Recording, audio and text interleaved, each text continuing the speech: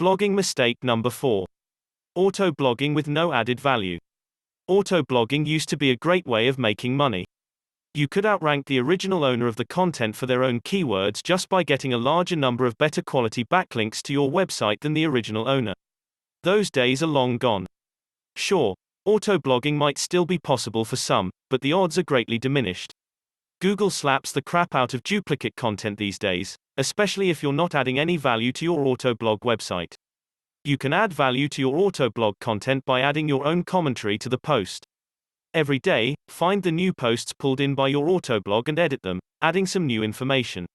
Just be sure to distinguish your content from the original authors by using a different font, a different color, italics, block quote, or something similar.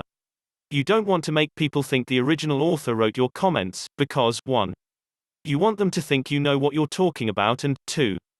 You don't want the original author upset if they disagrees with something you wrote and people think the original owner wrote it.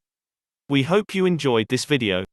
The next video we will talk about blogging mistake number 5. But, before you go and watch the next video, click the link below this video, so you can download your free guide and niche website now. Have yourself a great day.